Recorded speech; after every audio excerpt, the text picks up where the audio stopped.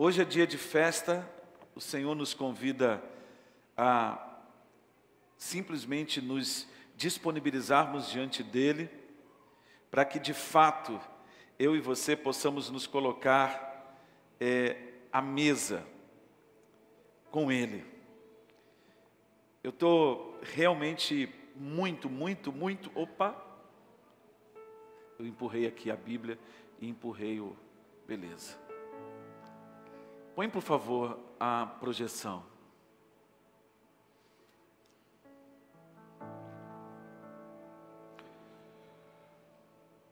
Desde o começo,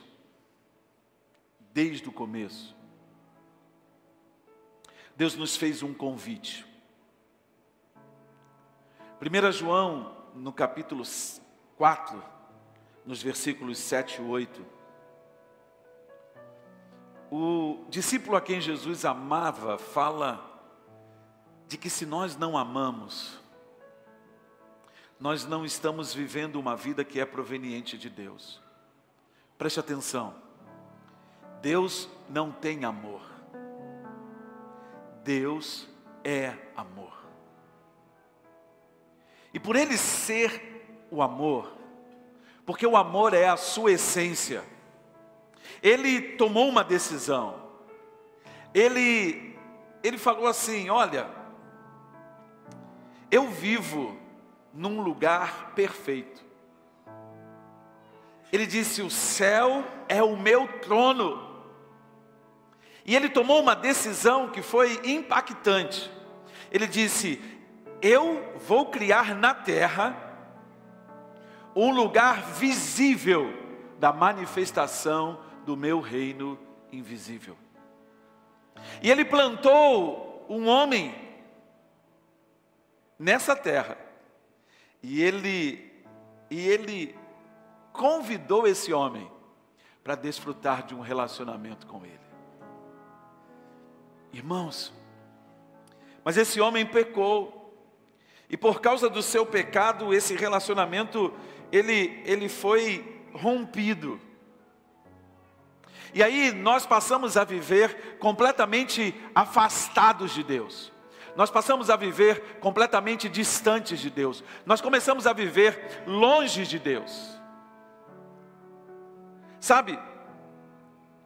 E aí eu descubro que quando eu reconheço Jesus como meu Salvador, quando eu entendo e olho para Ele e percebo a Sua presença, então eu vou para Ele, eu corro para Ele. Sabe? É muito interessante porque quando eu me aproximo de Deus, fala assim comigo, quando eu me aproximo de Deus, Ele me dá discernimento. Quando eu me aproximo dEle, os meus pensamentos são iluminados. E agora, queridos, eu não tomo mais uma decisão baseado no que eu sinto. A minha vontade agora não é mais movida pelas minhas emoções, porque agora eu tenho um relacionamento, eu tenho uma paternidade estabelecida sobre a minha vida, eu tenho alguém que se relaciona comigo, alguém que me completa e alguém que me preenche. Sabe? A base da minha vontade não é mais o que eu sinto. E sabe como é que você sabe quando a sua vontade não está mais baseada no que você sente? É quando você começa a mover-se em Deus, fazendo aquilo que tem que fazer. Não importando as pessoas envolvidas, não importando as circunstâncias. Você faz porque é o certo, você faz porque é o correto. Jesus, Ele afirmou algo muito particular quando Ele ensinava aos seus discípulos na terra. Ele disse em João no capítulo 10, Ele disse, eu sou o bom pastor. Chega mais para frente aqui, ó. Isso, mais um pouquinho, isso aí. Aí eu vou dar um passo para trás aqui, ó. Pegou? Pegou a visão? Isso aí. Vamos caminhar assim, nessa toada aí. Irmãos, Você que está aí na poltrona agora. Jesus, ele disse para os seus discípulos, ele disse assim, ó, eu sou o bom pastor. E ele disse, o bom pastor dá a sua vida pelas ovelhas. E é interessante porque quando ele diz que ele é o bom pastor, ele deixa muito claro, olha, o ladrão veio para roubar, o ladrão veio para matar, e ele veio para destruir você. Ele não é o bom pastor. E aí você descobre que esse bom pastor, irmão, você está olhando para essa mesa? Abre, por favor, a tela, por gentileza. Irmã, abre a tela aí, por favor. Você na câmera 2, dá um close aqui, ó, nesse plano aqui, e você dá aqui, por gentileza. Na mesa, vai lá, isso. Está vendo aqui essas uvas? Você quer provar uma uva dessa? Você está pensando que é cenográfico, né? A uva vermelha é, mas a verde não é não. Jesus está convidando você. Dá aqui, irmão, o close aqui, ó. Vem cá. Isso. Pode sentar que vai demorar um pouquinho. Fica tranquilo. Olha só. Está vendo aqui essas uvas? Olha o cálice. Olha aqui o cálice, olha. Vem cá, filho. Vem com o cálice aqui. Isso. Olha só, gente. Ele está te convidando para um banquete. Sabe o que é um banquete? É um lugar de satisfação plena. Dá um close aqui nesse pão, filho. Eu não sei qual é o gosto desse pão não, mas eu vou dizer uma coisa para você. Não é cenográfico. É pão de verdade. Olha as sementes tostadas. Imagina isso aqui quentinho, com uma manteiguinha. Meu Deus. Olha esse pão, filho. Olha só. Olha isso aqui. Isso aqui é pão de verdade. É de verdade. Você não está entendendo. Eu não sei se alguém alguma vez na vida serviu para você uma mesa como essa. Alguém te convidou para sentar, para tomar um café da tarde, talvez numa sexta-feira, 6 horas, para começar um shabat, para entrar na presença de Deus e realmente desfrutar de um descanso diante do Senhor. O que eu quero que você compreenda, meu querido, é que Deus tem um banquete para você. É que Deus tem uma mesa onde Ele realmente convida para você tomar assento com Ele. Repete comigo assim, o meu Deus. Fala com convicção, fala assim, o meu Deus preparou um banquete para mim. Preste atenção. Vem cá. Aqui ó, no meu rosto. Preste atenção. Preste bem atenção. Não é para quem quer. É só para quem crê. Você pode até querer, mas se você não crer e não andar na conformidade da sua fé, você não entra e não toma assento nesse banquete. Então você precisa tomar decisão. Pode voltar, por favor, para o banquete. Eu vou parar de falar do banquete, mas eu preciso dizer uma coisa para você, antes de eu virar essa página. É que mais importante do que está sobre a mesa num banquete, mais importante do que é servido no banquete, do que é oferecido para que você beba. É muito interessante porque quando Jesus fez o milagre nas bodas de Caná, o mestre de cerimônias chegou para o noivo e falou assim, engraçado, todo mundo serve primeiro. Ele guarda, mas ele disse, você guardou o melhor vinho. Esse vinho é de excelente qualidade. muito mais importante do que é servido, é com quem você senta à mesa. Preste bastante atenção, porque Jesus, Ele está convidando-nos, Ele está dizendo para nós, com todas as forças do seu ser. Olha só esse texto de Apocalipse no capítulo 3, no versículo 17 até o 22. Eu quero compartilhar com você. Eu fiz a questão de colocar o texto para que você possa acompanhar comigo a leitura. Porque dizes, sou rico, prosperei e enriqueci, e não preciso de nada. E não sabes que és miserável e pobre e cego e nu, sem esperança e em grande necessidade. Versículo 18 diz assim: aconselho-te que de mim compres ouro aquecido em brasa e refinado pelo fogo, para que te tornes verdadeiramente rico, e roupas brancas, representando a justiça, para te vestires, para que não apareça a vergonha da tua nudez, e pomada curativa para colocar em seus olhos, para que você possa ver. Aqueles a quem eu amo, com carinho e ternura, repreendo e disciplino, mostrando-lhes suas faltas e instruindo-os. Portanto, seja entusiástico. Olha o que o versículo 19 diz: portanto, seja entusiástico e arrependa-se. Mude seu eu interior, sua velha maneira de pensar, seu comportamento pecaminoso. Busque a vontade de Deus.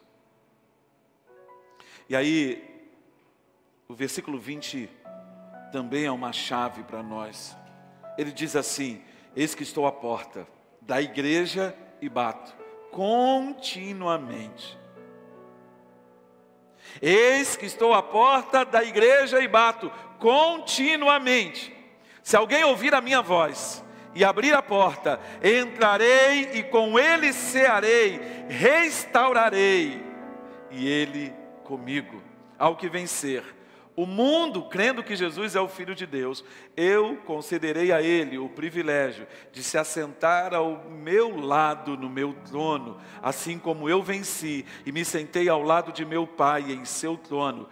Quem tem ouvidos, ouça atentamente o que o Espírito diz às igrejas.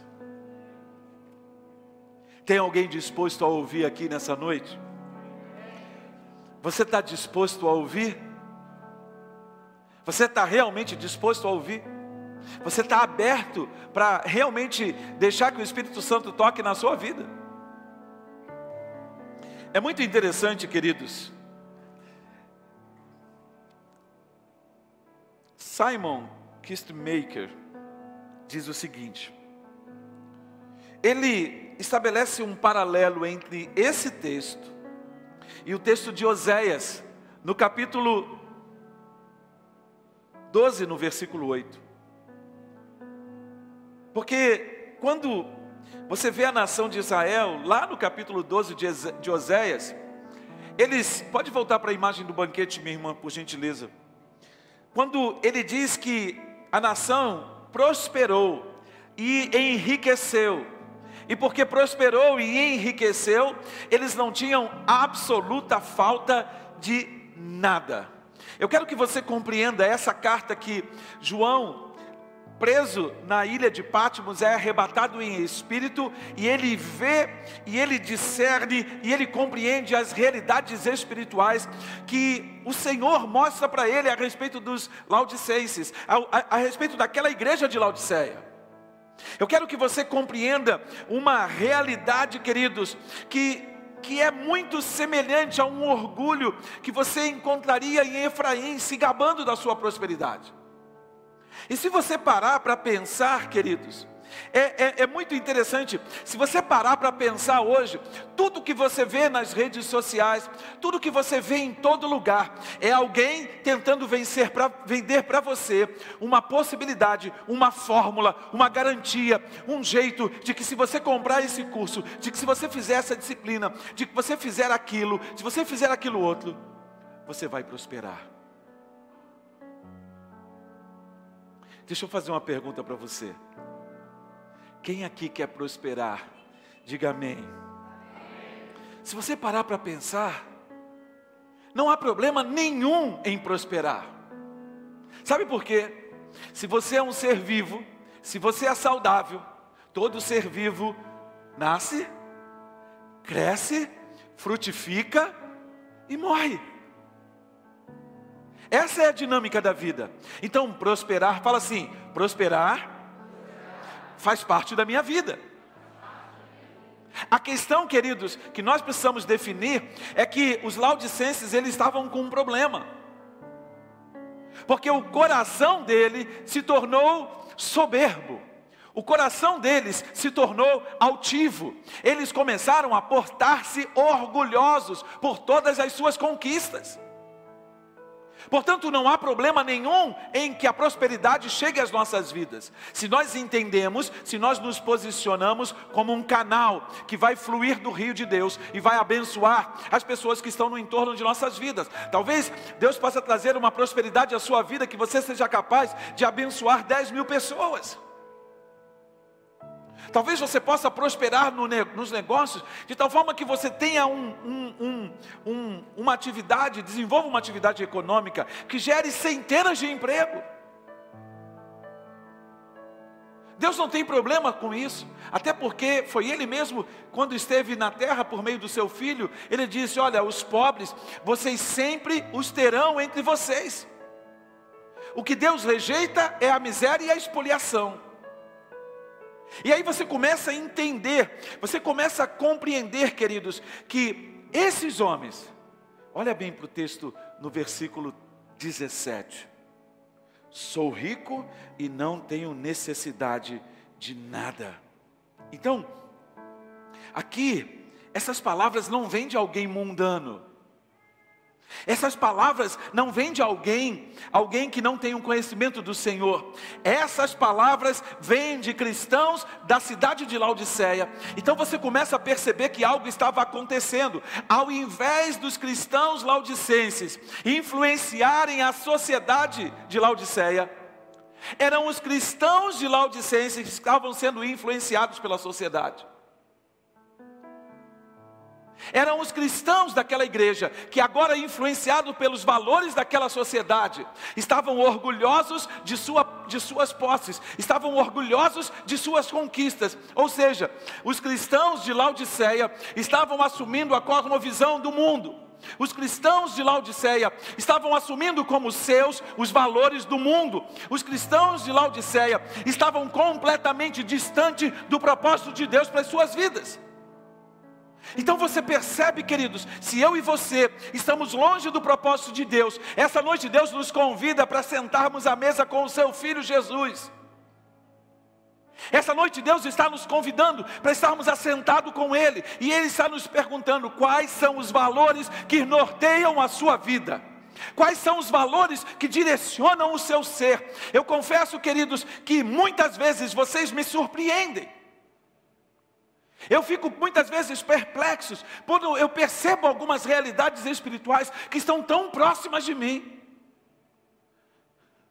E aí você olha para essa palavra, você olha para esse texto, queridos, eles estavam numa situação, preste bastante atenção para você entender. No ano 60 da era cristã, aconteceu um terremoto. João tem uma visão no final do primeiro século, 95, 96, era um ano 100 a.C., quando João estava preso na ilha de Patmos. Só que o que aconteceu em Laodiceia? Laodiceia era uma cidade muito próspera, tinha um comércio de lã, tinha um comércio de um colírio, de uma substância médica, que as pessoas usavam para realmente corrigir problemas de visão. Então era um lugar onde as pessoas afluíam para ali. E quando tem muita gente que vai para um lugar, esse afluir de pessoas geram demandas, geram necessidades e geram oportunidades de negócio. Então a cidade começou a prosperar e essa cidade teve um terremoto. Mas você consegue entender que Laodiceia estava sob o domínio de Roma? Então o imperador decide mandar ajuda para os laodicenses. Sabe o que eles fazem? Eles dizem: não precisamos de ajuda. Eles rejeitaram a ajuda do imperador romano.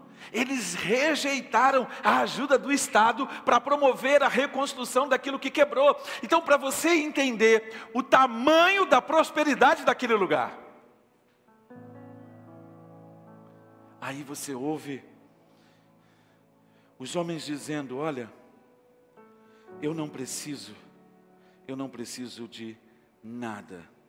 Se você olhar para os versículos 14 e 16, se você olhar para o versículo 18, você vai perceber que a condição daqueles homens era uma condição de decadência.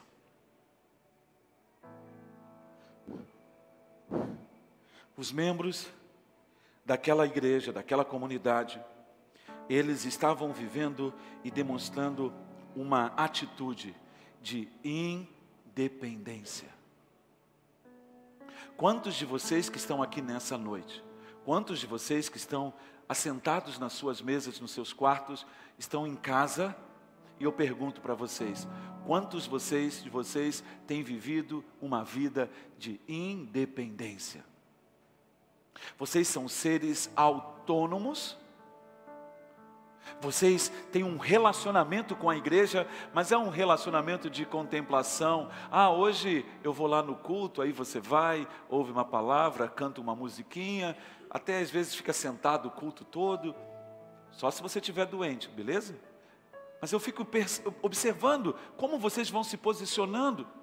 E às vezes eu noto, aparentemente, eu não posso dizer que é isso que está acontecendo, porque eu estaria julgando, mas um comportamento de apatia, de indiferença. E aí você olha para esse povo, o texto vai dizer exatamente o que? Põe aí no versículo 18, 17. Vira lá para o 17. Olha o que eles dizem.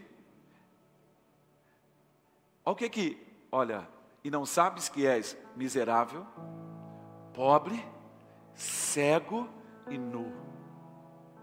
Você percebe que João, na ilha de Patmos, ouviu a declaração a respeito deles, estava dizendo: olha, vocês são espiritualmente mortos. Vocês estão espiritualmente cegos. Vocês estão espiritualmente surdos. Vocês estão com a sua nudez exposta. Aí você vê o versículo 20, minha irmã, avança por favor para o versículo 20, por gentileza. É muito interessante essa palavra.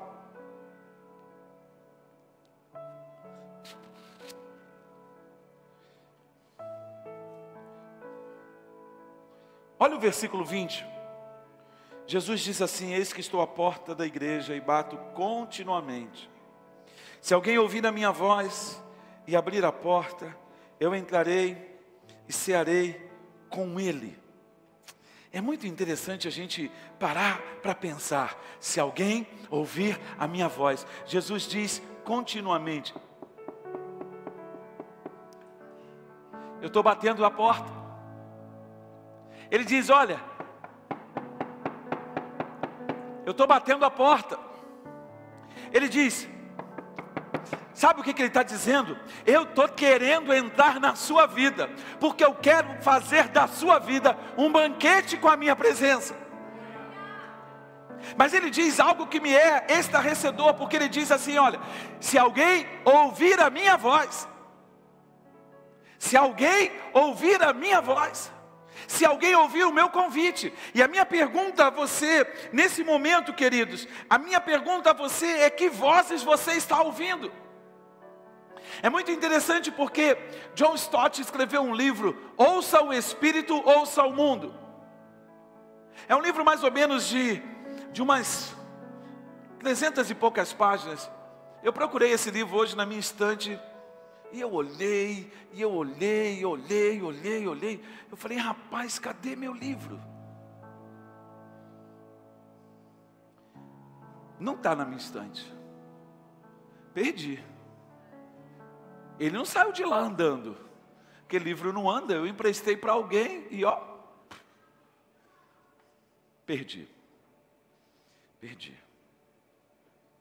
John Stott escreveu esse livro. E nesse livro ele fala algumas coisas. Tem uma parte do livro, eu achei uma versão mais antiga. E ele diz que ele escreve 13 correntes, 13 vertentes da história que tentam modernizar Jesus. Aí você acha que é de hoje que os homens estão querendo atualizar a Bíblia? Não, isso sempre foi assim. Tem uma corrente que fez com que apresentou Jesus como um asceta. Por isso que você tem num período, logo no começo da história da igreja, você tem aqueles homens que formaram monastérios. Eles construíram templos no alto de montanhas para se isolar, porque eles acreditavam que se eles se isolassem, eles viveriam uma vida de santidade. Só que eles esqueceram que o problema não era o lugar onde eles estavam, mas o problema estava estabelecido dentro deles. E mesmo naquele lugar, separado de tudo, eles não conseguiam viver sublimando, viver livres dos seus desejos, viver livres das suas mazelas. E aí você vai encontrar N correntes na história. Eu não vou ficar aqui discorrendo, eu tenho aqui no meu esboço mais de uma folha escrita a respeito dessas correntes, dessas proposições. E é muito interessante, queridos, é interessante quando você ouve a palavra do Senhor testificando a respeito do próprio Jesus. Em 1 Coríntios, no capítulo 15, no versículo 3 e 8, eu separei esse texto no meu esboço que diz assim: antes de tudo, entreguei a vida a vocês o que também recebi. Paulo dizendo que Cristo morreu pelos nossos pecados. Isaías 53, versículos 5 e 12 diz isso, segundo as Escrituras, e que foi sepultado e ressuscitou ao terceiro dia. Salmo no capítulo 16, versículos 9 e 10 apontam para essa realidade. Mais uma vez Paulo diz, segundo as Escrituras, e apareceu a Cefas, e depois aos 12, depois foi visto por mais 500 irmãos só uma vez, dos quais a maioria ainda vive, porém alguns já dormiram. Depois disto visto por Tiago, e mais tarde por todos os apóstolos. Por último, depois de todos, foi visto também por mim, como por um nascido fora do tempo. Por que Paulo fala a respeito disso? Porque Paulo não tentou modernizar Jesus. Todas as tentativas de fazer o Jesus mais aceito, todas as tentativas de fazer o Jesus mais compreendido, sabe o que elas fazem? Elas tiram a divindade de Jesus, elas apagam os milagres de Jesus, elas apagam o fato de que Cristo nasceu. Repete comigo assim: Cristo nasceu, morreu, ressuscitou e voltará. Então, queridos, nós precisamos entender, entender esta realidade, que o Jesus que nós proclamamos é o Cristo, o Filho do Deus vivo, que morreu e nos dá vida para sempre. Será que você entende isso? Será que você compreende que Ele realmente é uma pessoa histórica, mas Ele é ao mesmo tempo o Filho do Deus vivo, que ao terceiro dia Ele morreu, mas Ele foi trazido de volta à vida? Você entende isso?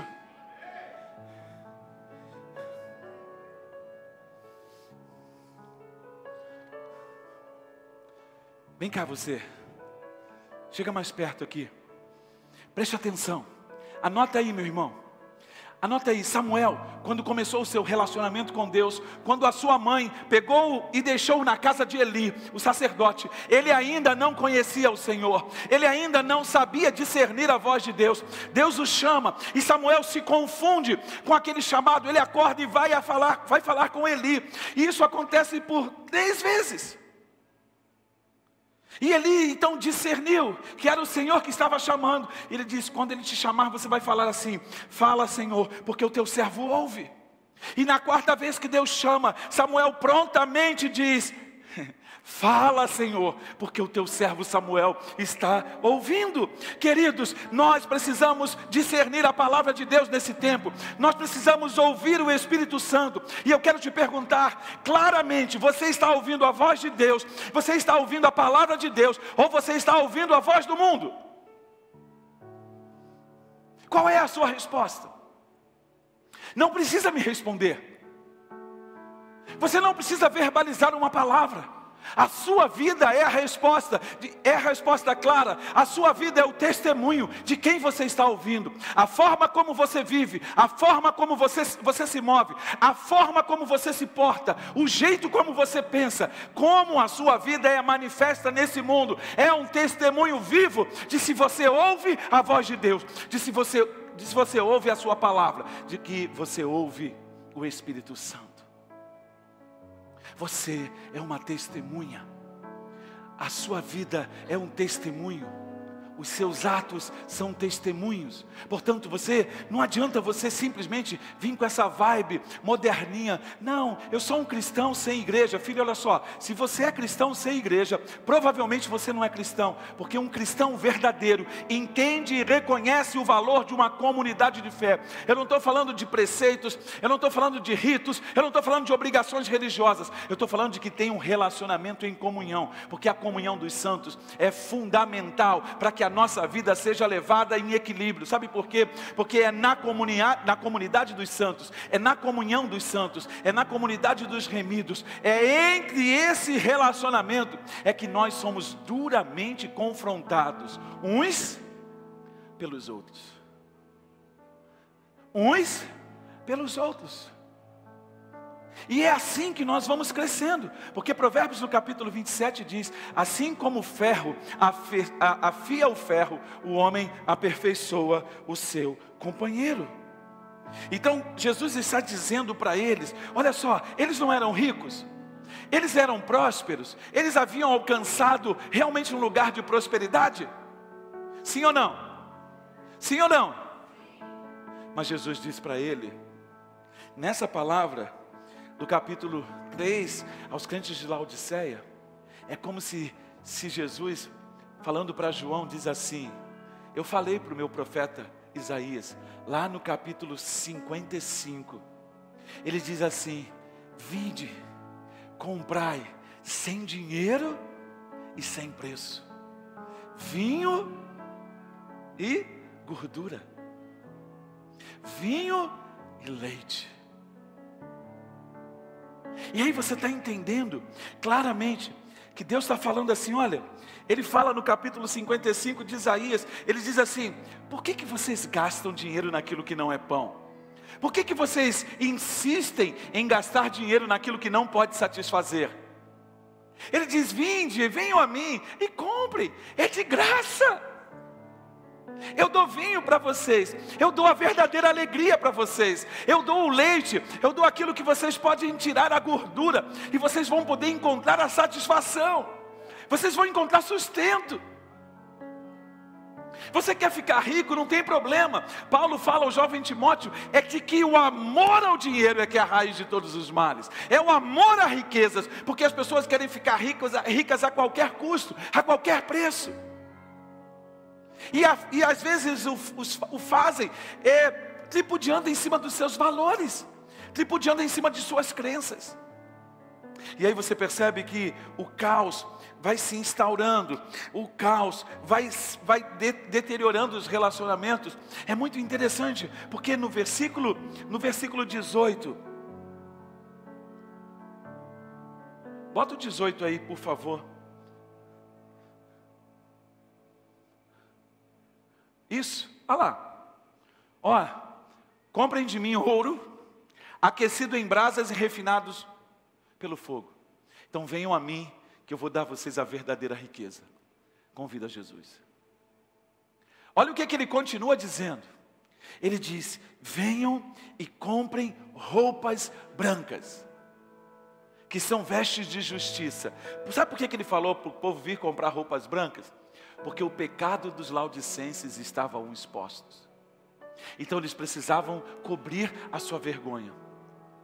Eu posso me esconder de Deus, eu posso tentar me esconder de mim mesmo, eu posso me esconder da minha esposa, mas eu não posso negar a verdade de Deus dentro de mim, se eu estiver em pecado. Eu posso tentar mascarar isso de todo jeito, mas é impossível, porque a verdade de Deus é um testemunho contra mim, se eu estiver em pecado.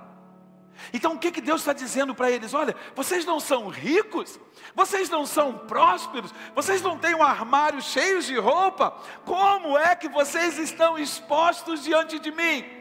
Como a sua nudez é percebida diante dos céus, os anjos olham para vocês e no seu orgulho, na sua posição, eles dizem: Deus, eles estão nus. Por que eles não buscam a Jesus para encontrar uma roupa branca, uma veste que vai fazer com que eles sejam vestidos de justiça?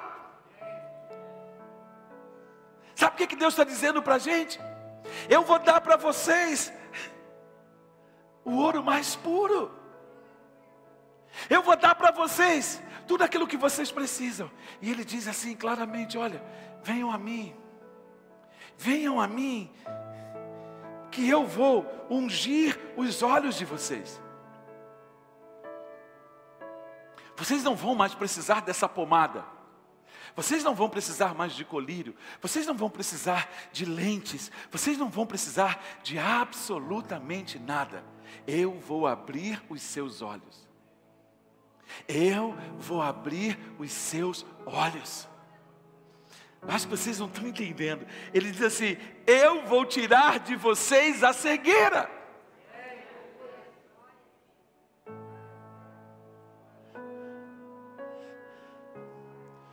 É muito interessante. Aí a gente começa a perceber. É interessante, eu estava vendo uma palavra do Daisy Washington, ele é um cristão. E é muito interessante olhar alguns cristãos nos Estados Unidos, a forma como eles vivem. E ele é milionário. O pastor que o entrevistava também, escritor, faz filmes, produz conteúdo de televisão. E eles conversavam a respeito das suas riquezas. E ele perguntou: o que é o dinheiro? E o Daisy Washington diz: dinheiro é dinheiro. Quando eu partir dessa vida, eu não vou levar absolutamente nada. Mas o pastor T.D. Jakes pergunta para ele: mas como é que você vê? Eu vejo tudo isso como uma oportunidade, porque tudo que Deus colocou nas minhas mãos, eu uso como uma plataforma para poder lançar outras pessoas, para poder mostrar outras pessoas, outros talentos, outras habilidades. Então ele disse: eu uso aquilo que Deus me deu, não como uma fonte de orgulho pessoal, mas eu uso para poder abençoar outras pessoas. Ele perguntou: por que você nunca fez uma peça na Broadway? Ele disse: porque eu tinha filhos pequenos e eu não podia viajar da Califórnia para Nova York, eu precisava ajudar a minha esposa a cuidar dos nossos filhos, e por isso, durante muitos anos da minha vida, eu nunca aceitei fazer uma peça, a dirigir ou fazer um espetáculo na Broadway, mas hoje eu posso fazê-lo porque os meus filhos já são adultos, já cresceram. Então quando você olha para essas coisas, Deus está falando para a gente: gente, vocês estão invertendo os meus valores, vocês estão buscando alguma coisa que vocês ainda não entenderam que eu tenho para dar para vocês. É como se Deus estivesse falando: olha, veja, eu estou à porta, eu estou batendo, eu estou convidando vocês para vocês entrarem para um relacionamento comigo. Eu estou convidando vocês para que vocês coloquem as suas vidas em mim. Eu estou convidando vocês para que vocês se ajoelhem, se humilhem diante da minha presença e reconheçam que eu sou o seu Salvador, de que eu realmente morri por você, e eu não morri simplesmente para colocar o seu nome no hall de membro de uma igreja, não, eu morri para que você pudesse entrar num lugar de excelência, eu morri para que você pudesse começar a viver uma vida onde há contentamento, eu morri para que a sua vida entrasse na plenitude que é minha. Você tem amado os seus recursos. Você não dá passos na sua vida, porque você está preso a tudo que você tem. A palavra de Deus está dizendo que você é pobre, que você é cego, que você é nu. Deus está chamando você para acordar. Deus está chamando você para entrar num movimento de quebrantamento. Nós temos 15, 20 dias até a nossa conferência. Quantos vão jejuar 3 dias por semana? Quantos vão jejuar 2 vezes por semana? Eu não posso obrigar você a jejuar, a menos que o Espírito Santo te convença. Nenhuma disciplina espiritual tem proveito se for feita debaixo do chicote.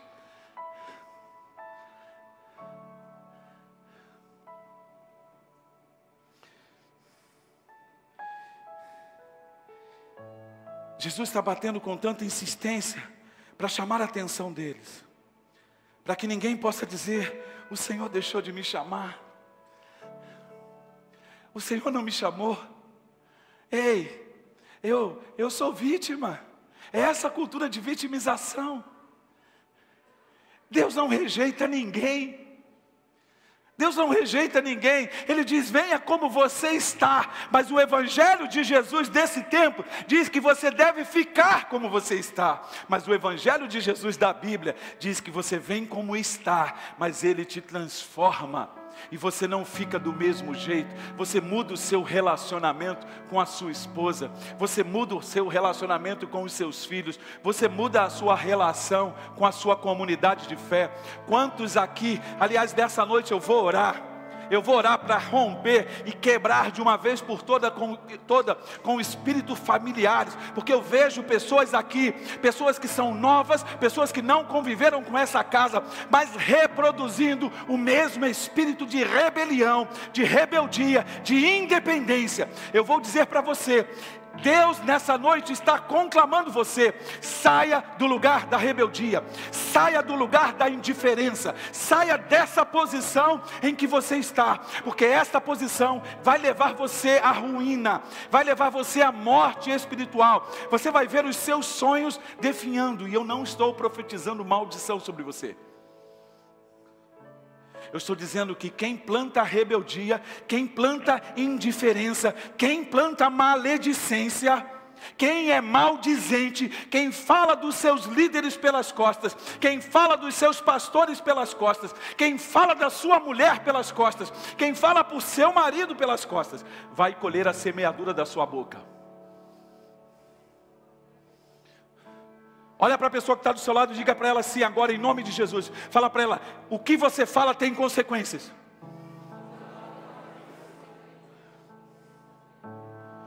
Olha para a história, meu irmão. De Deus não se zomba. Tudo que esses homens estão semeando, eles vão colher, porque eles estão escarnecendo Yahvé, o Deus Todo-Poderoso. E Deus não tem problemas de identidade, Ele sabe quem Ele é. Por isso que Ele diz: vocês vão colher, porque é impossível.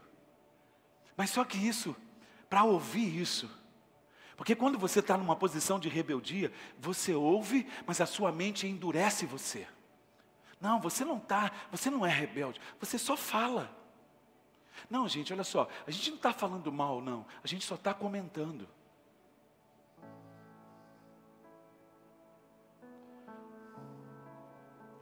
Deus está chamando você, sabe por quê?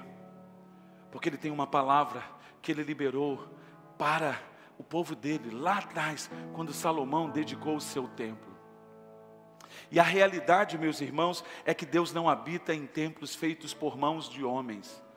Estevão, no momento do seu apedrejamento, ele declarou isso com toda a força do seu ser.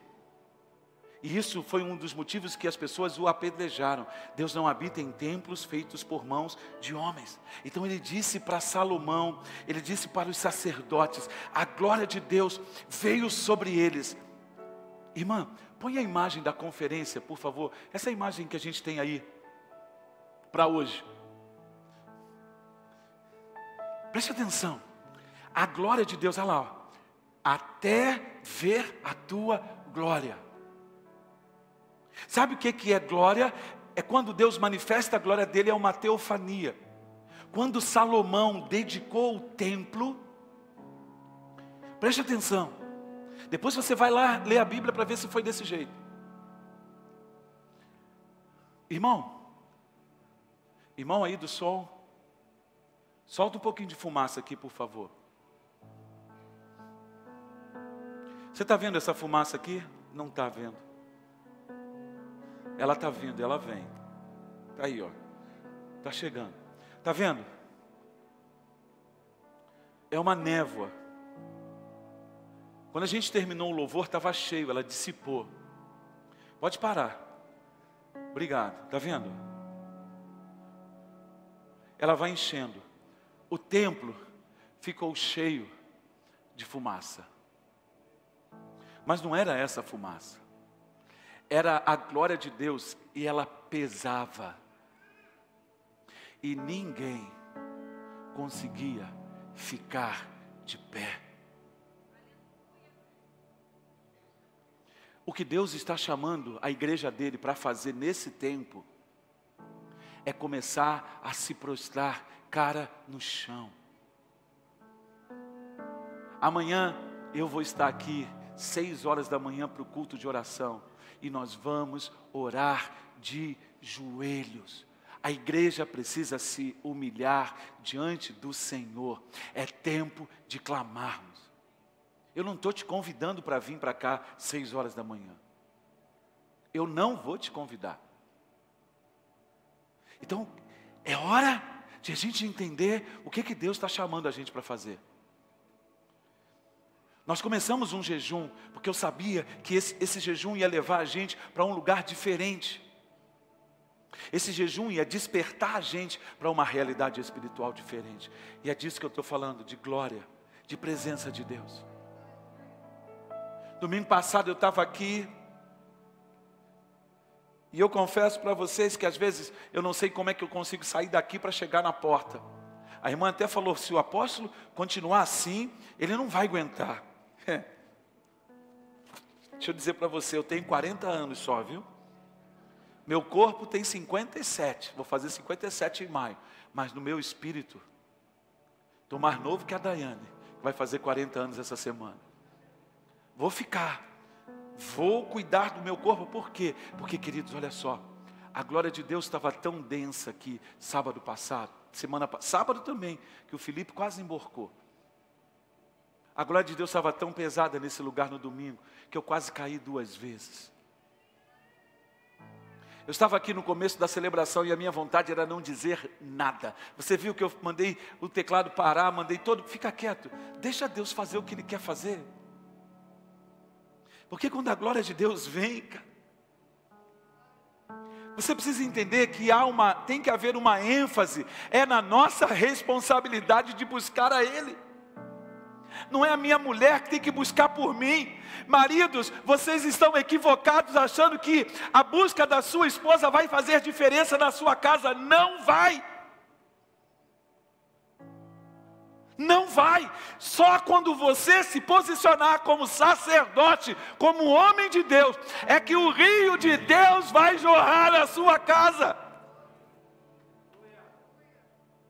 Sabe o que Deus está falando para você?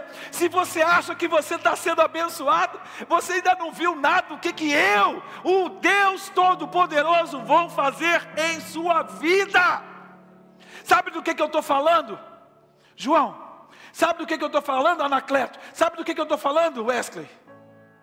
Eu estou falando que Deus vai levar você, Wesley. Vai levar você, João. Vai levar você, Anacleto. Vai levar você. Cadê o Renato? Renato, por um lugar que você nunca entrou. Marcelo, Deus vai te levar para um lugar onde você vai experimentar quebrantamento. E Deus vai te colocar de pé. Deus vai te levantar. Você que ainda é noivo, que eu não sei seu nome, entra na escola do quebrantamento. Entra num lugar onde você começa a buscar a Deus. E você começa agora no seu noivado a se tornar um sacerdote sobre a sua própria vida e da sua família. Quem está entendendo o que o Espírito Santo está dizendo para a gente? Onde é que estão os homens que estão entendendo? Deem glória a Deus. Você está entendendo, Deus? Por que você está sentado tão longe hoje? O ar-condicionado. Essa mamata vai acabar, eu vou botar um aqui maior, hein? Porque o negócio aqui é quente. Você está entendendo? Está entendendo, César? Toma posição, assuma o sacerdote. Mas o pessoal vai falar. Deixa falar. Sacerdote sabe quem é e sabe para onde está conduzindo o barco. Porque as consequências serão sempre suas. Se você fizer, você é responsável. Se você não fizer, você também é responsável. Porque o Eterno vai cobrar, não é dela, vai cobrar de você. Estão entendendo ou não estão entendendo? Sim ou não? Sim. Então vamos marchar, povo de Deus. Vamos marchar, vamos entrar nessa escola, vamos deixar o Espírito Santo. Isso mesmo, Léo. Balança a mão assim, porque Deus tem um lugar especial para você. Eu estou vendo tudo, Léo. Estou vendo tudo, estou ligado. O menino se mexe lá, bota a mão na boca, eu estou vendo. A outra coça o queixo aqui, eu estou vendo. Eu estou vendo sorrir, bebe água, eu fico ligado aqui. O cara passa lá na rua, eu estou vendo. Por quê, queridos? Porque Deus está conduzindo a gente. Deus quer conduzir a gente. Deus quer pegar essa menina ali, ó, de rosa. Deus quer pegar aquele menino que eu nunca vi você aqui no culto. Está aí sentado do lado da Meire. Deus quer tocar na sua vida. Você está visitando hoje aqui. Deus quer tocar na sua vida. Você que nunca, quem é que nunca veio aqui? Está aqui hoje pela primeira vez. Dá um sinalzinho para mim aí, ó. Ali, ó. Você é irmã da Graziele, viu? Como é que eu conheço você? Quem foi que levantou a mão lá atrás? Deus quer tocar a sua vida, filho. Você não está aqui de graça. Quem mais aqui está vindo pela primeira vez? Deus quer tocar. Você não está aqui, você veio aqui como? Você acha que alguém te convidou, você veio andando e entrou. Deus conduziu os seus passos até aqui. Você está conectado nesse canal agora? Você que vai ver essa palavra depois? Deus é Senhor da história, filho. Esse pessoal pensa que a história é cíclica, que a história é simplesmente um negócio no tempo. Não é não, a história é cristocêntrica, ela começou em Deus e vai terminar em Deus, porque Jesus virá sobre as nuvens com grande poder e grande glória. Você está entendendo? Então Deus está chamando a igreja dele, Deus está chamando a igreja dele, Deus está chamando os filhos. Você é marido, tem gente que está vindo aqui, há quanto tempo que você está vindo aqui? Deus está chamando você, filho, está chegando a hora de você ter um relacionamento comigo. Está chegando a hora, filho, da gente mergulhar nesse lugar. Filho, está na hora da gente realmente olhar para o jejum de uma forma diferente. Se nós somos cristãos, não faz sentido se nós somos cristãos se não jejuamos.